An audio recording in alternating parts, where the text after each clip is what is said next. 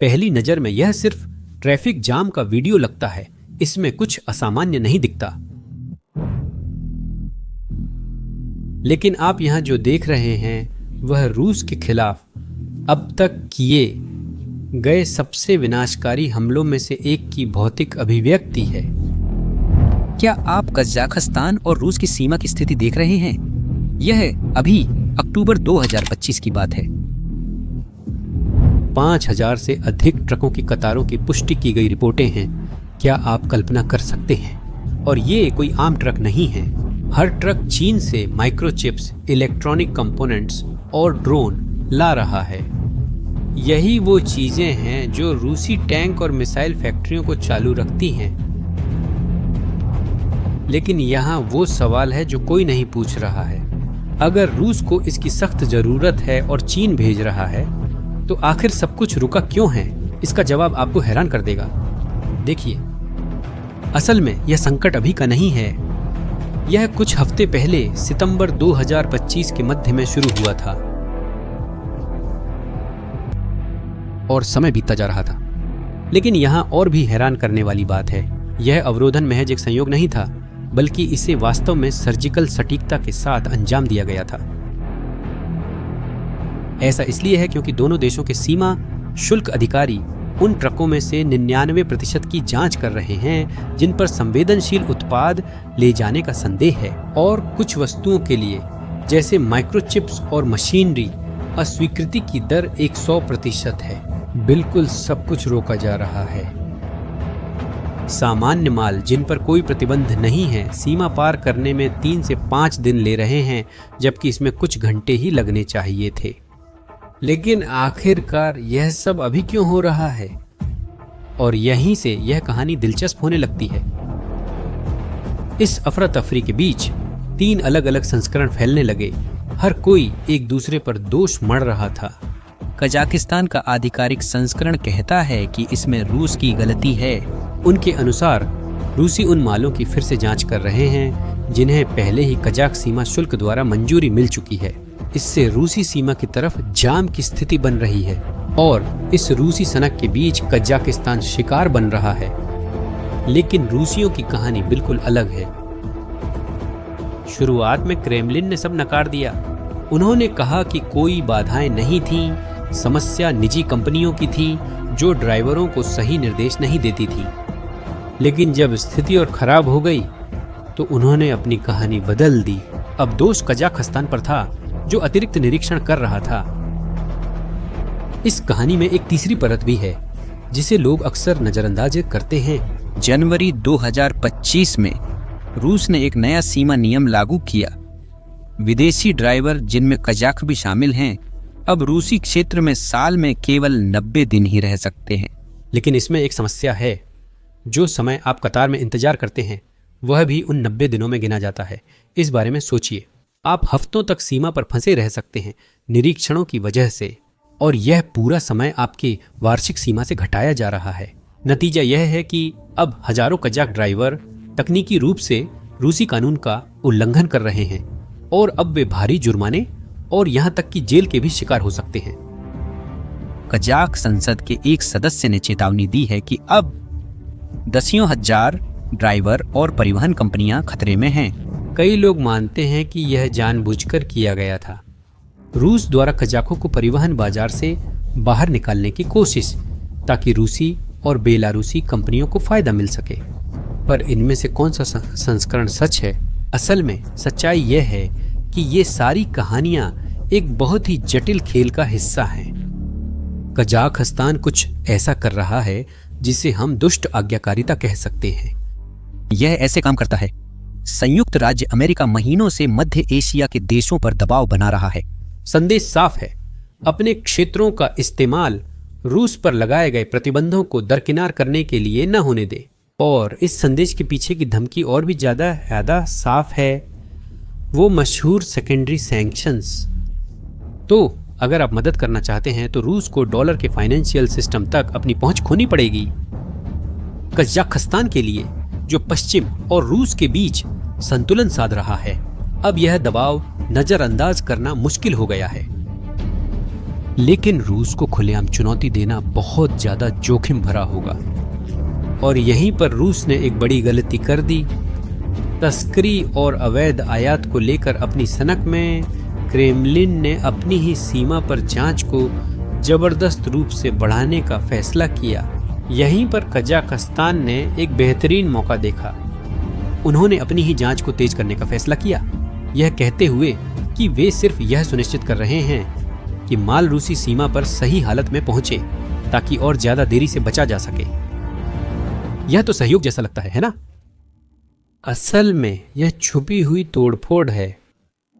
परिणाम विनाशकारी था। सीमा के दोनों ओर कड़ी जांच पड़ताल ने पूरी तरह से अवरोध पैदा कर दिया और कजाकिस्तान दुनिया से साफ साफ कह सकता है कि वह सिर्फ रूस के अपने नियमों का पालन कर रहा है। दूसरे शब्दों में, पुतिन ने गड्ढा खोदा, कजाकिस्तान ने उसमें धकेल दिया। क्या आप जानना चाहते हैं कि यह इतना अहम क्यों है? आखिरकार ये ट्रक क्या ले जा रहे हैं जो इतना महत्वपूर्ण है? समझने के लिए हमें 2022 में वापस जाना होगा, जब रूस ने यूक्रेन पर हमला किया था। उस समय पश्चिमी देशों ने अभूतपूर्व प्रतिबंधों के साथ जवाब दिया था। यूरोप, संयुक्त राज्य अमेरिका, जापान, सभी ने रूस की उन्नत तकनीक तक पहुंच काट दी थी। महत्वपूर्ण घटक, औद्योगिक मशीनरी, उन्नत इलेक्ट्रॉनिक्स, सब कुछ रोक दिया गया था। इन उत्पादों के बिना रूसी रक्षा उद्योग आधुनिक हथियार नहीं बना सकता।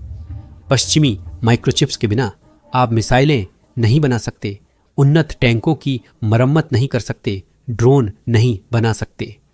क्रेमलिन की प्रतिक्रिया थी एक विशाल प्रतिबंध चोरी प्रणाली बनाना। रूस, उन्होंने इसे समानांतर आयात कहा। उन्होंने राष्ट्रीय स्तर पर तस्करी को वैध किया और उन उत्पादों व ब्रांडों की सूची जारी की जिन्हें पेटेंट मालिकों की अनुमति बिना आयात किया जा सकता था। और यहीं पर चीन की भूमिका आती है। वह इस ऑपरेशन में एक महत्वपूर्ण कड़ी बन गया और इस योजना का मुख्य मार्ग हजारों किलोमीटर तक फैला था। चीनी फैक्ट्रियों से कजाकिस्तान के रास्ते सीधे रूस तक दिन रात ट्रक रूसी युद्ध मशीन के लिए जीवनदायिनी वस्तुएं पहुंचाते हैं। इनमें माइक्रोचिप्स, ऑप्टिकल सेंसर, ड्रोन के पुर्जे, विशिष्ट उपकरण और उन्नत इलेक्ट्रॉनिक घटक जैसी चीजें शामिल हैं।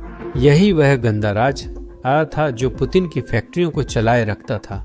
लेकिन जैसा कि आपने अभी देखा, अक्टूबर 2025 में यह जीवन रेखा काट दी गई थी। अब मुझे आपको एक चीज दिखाने दीजिए जो हजारों किलोमीटर पूर्व में हो रही है। निजनी तागिल में, यूराल पर्वतों के पार, वहीं पर उरालवगोन जावोद है जो रूस की सबसे बड़ी टैंक फैक्ट्री है। फैक्ट्री की विशाल असेंबली लाइन पर दर्जनों नए टीनेमियम टैंक के ढांचे लगभग तैयार हैं। वे खड़े हैं, चुपचाप अपने इलेक्ट्रॉनिक दिमाग की प्रतीक्षा कर रहे हैं।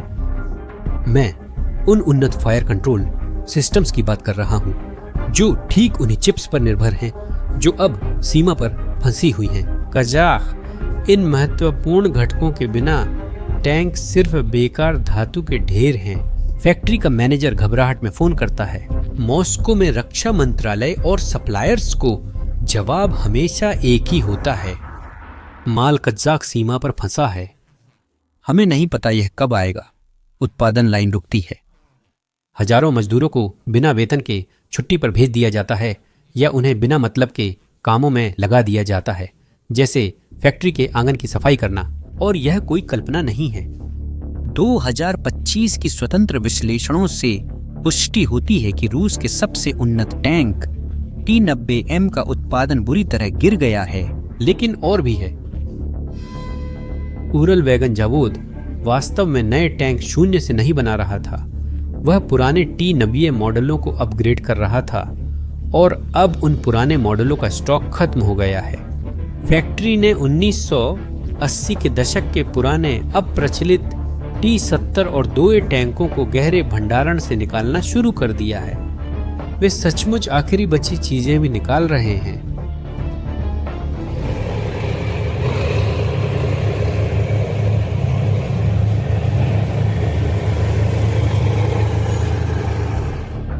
विश्लेषकों का अनुमान है कि सभी पुनर्स्थापित किए जा सकने वाले सोवियत बख्तरबंद वाहनों का भंडार 2025 के अंत या 2026 तक खत्म हो सकता है। और रूस की स्थिति को और भी खराब करने के लिए उसकी रक्षा उद्योग बढ़ नहीं रही है, वह मूल रूप से अपने सोवियत अतीत को ही खा रही है। और कजाक सीमा पर लगी नाकाबंदी इस पतन को और तेज कर रही है। ये प्रभाव अब फ्रंट तक पहुंच रहे हैं। कल्पना करें कि डोनेट्स्क मोर्चे पर एक बख्तरबंद ब्रिगेड है। गर्मियों के भीषण हमलों के दौरान उसने अपने आधे टैंक खो दिए। वह महीनों से मास्को से आने वाले वादा किए गए नए और शक्तिशाली टी-90M टैंकों के समर्थन का इंतजार कर रही है, लेकिन ये टैंक उराल की एक फैक्ट्री में खड़े हैं। सिर्फ एक माइक्रोचिप की वजह से धातु के ढेर में बदल गए हैं। बिना समर्थन के यह ब्रिगेड यूक्रेन के आधुनिक पश्चिमी टैंकों और उन्नत एंटी टैंक मिसाइल सिस्टम के सामने और भी ज्यादा कमजोर हो जाती है। अगली यूक्रेनी जवाबी कार्रवाई में इस ब्रिगेड को होने वाले भारी नुकसान और उसकी अंततः मजबूरन वापसी किसी सामरिक गलती का नतीजा नहीं होगी। अंतिम कारण हजारों किलोमीटर दूर एक कस्टम पोस्ट पर हुई नौकरशाही की जड़ता होगी। और यह सिर्फ एक चिप या एक फैक्ट्री की कहानी नहीं है, यह पूरी रूसी रक्षा उद्योग की हकीकत है। सैकड़ों अलग अलग महत्वपूर्ण घटक हैं, प्रिसीजन मशीन टूल्स, विशेष मिश्र धातुएं, ऑप्टिकल सेंसर, कम्युनिकेशन मॉड्यूल्स। हर वह पुर्जा जो 21वीं सदी में रूसी युद्ध मशीन को चलाए रखता है। यह समानांतर आयात पर निर्भर करता है और यह दांव हार रहा है। सीमा पर रुका हर ट्रक एक उत्पादन लाइन को धीमा कर देता है। हर उत्पादन लाइन जो धीमी होती है, इसका मतलब है कि मोर्चे पर एक अलग यूनिट के पास उपकरण नहीं है, और हर यूनिट जिसके पास उपकरण नहीं है वह रूस को हार के एक कदम और करीब ले जाती है। और यही पश्चिमी रणनीति के पीछे की प्रतिभा को उजागर करता है, क्योंकि लक्ष्य रूस को एक ही बार में गिराना नहीं है। लक्ष्य एक अजगर की तरह है जो धीरे धीरे अपने शिकार को जकड़ता है। हर प्रतिबंध, हर कूटनीतिक कदम रूसी अर्थव्यवस्था और युद्ध मशीन की नसों में खून के बहाव को धीमा कर देता है। कजाक सीमा पर हो रहा यह अराजकता इस गला घोंटने वाली कार्रवाई के सबसे सफल और विनाशकारी कदमों में से एक है। और यह हमें उस बड़े सवाल तक ले जाता है, कजाकिस्तान ने ऐसा क्यों किया? सालों तक कजाकिस्तान ने अपनी नाजुक स्थिति को संतुलित विदेश नीति के जरिए संभाला है। उसने सभी बड़े शक्तियों रूस, चीन, पश्चिम के साथ संतुलित संबंध बनाए रखे, और इसी तरह उसने अपनी संप्रभुता और आर्थिक अवसरों को अधिकतम किया। हालांकि कजाकिस्तान औपचारिक रूप से रूस का सहयोगी बना हुआ है, लेकिन 2022 के बाद से उसके कदम एक स्पष्ट मतभेद दिखाते हैं। ऐसा इसलिए क्योंकि उन्होंने यूक्रेन युद्ध पर तटस्थता बनाए रखी और यूक्रेनी क्षेत्रों के रूसी कब्जे को मान्यता देने से इनकार कर दिया, और वे चीन, तुर्की और यूरोपीय संघ के साथ संबंधों को गहरा करने के लिए काम कर रहे हैं। सीमा को बंद करना कजाकिस्तान का अब तक का सबसे साहसी फैसला है। रूस के लिए प्रतिबंधित उत्पादों का यह मार्ग बंद कर देश ने स्पष्ट विकल्प चुना है। अपनी खुद की अर्थव्यवस्था की रक्षा करना और पश्चिमी देशों के साथ अच्छे संबंध बनाए रखना रूसियों के प्रति अपनी जिम्मेदारियों से कहीं अधिक महत्वपूर्ण है। क्या आपको याद है कि मैंने शुरू में चीन का जिक्र किया था? सीमा पर संकट तथा कथित सच्चाई को उजागर कर रहा है। पुतिन और शी जिनपिंग के बीच असीमित दोस्ती। हाँ, चीन रूस का आर्थिक और कूटनीतिक समर्थन करता है, लेकिन यह साझेदारी विचारधारा या वफादारी पर आधारित नहीं है, यह अपने स्वार्थों पर आधारित है। बिंदुई, चीन के लिए सीमा पर यह गड़बड़ी एक महंगा संकट है। मुझे समझाने दीजिए। चीन के पास एक मेगा प्रोजेक्ट है जिसे बेल्ट एंड रोड इनिशिएटिव कहा जाता है। यह मूल रूप से एक योजना है जो चीन को यूरोप से जोड़ने वाले जमीनी व्यापार मार्ग बनाने के लिए है। एक नई आधुनिक सिल्क रोड है जिसका एक मुख्य मार्ग गुजरता है। जानते हैं कहां से? कजाकिस्तान और रूस। तो जो एक व्यावसायिक राजमार्ग होना चाहिए था, जो बिना रुके चलता रहता, वह एक विशाल पार्किंग में बदल गया। यह सब पागलपन के कारण हुआ। वहां खड़ा हर ट्रक चीनी कंपनियों के लिए नुकसान का मतलब है। इसका मतलब है देरी। इसका मतलब है कि चीन की बड़ी रणनीतिक परियोजना अटक गई है। और भी है, अब चीन देख रहा है कि परिवहन के लिए रूस पर निर्भर रहना एक गंभीर समस्या है, इसलिए वह विकल्पों की तलाश कर रहा है। उनमें से एक है मिडिल कॉरिडोर, जो मध्य एशिया से होकर गुजरता है, कैस्पियन सागर को पार करता है, अजरबैजान से होकर तुर्की तक जाता है, और यह सब पूरी तरह से रूसी नियंत्रण से बाहर करता है। यहाँ निष्कर्ष सीधा है, रूस चीन के लिए एक अविश्वसनीय साझेदार साबित हुआ है, और इसी वजह से चीनी लोग ऐसी रूट्स बना रहे हैं जो उस पर निर्भर नहीं करती। रूस अब पहले से ज्यादा अलग थलग पड़ रहा है और अपने सबसे बड़े सहयोगी के लिए कम अहम होता जा रहा है। जैसा कि आप देख सकते हैं, रूस एक परफेक्ट चाल में फंस गया है।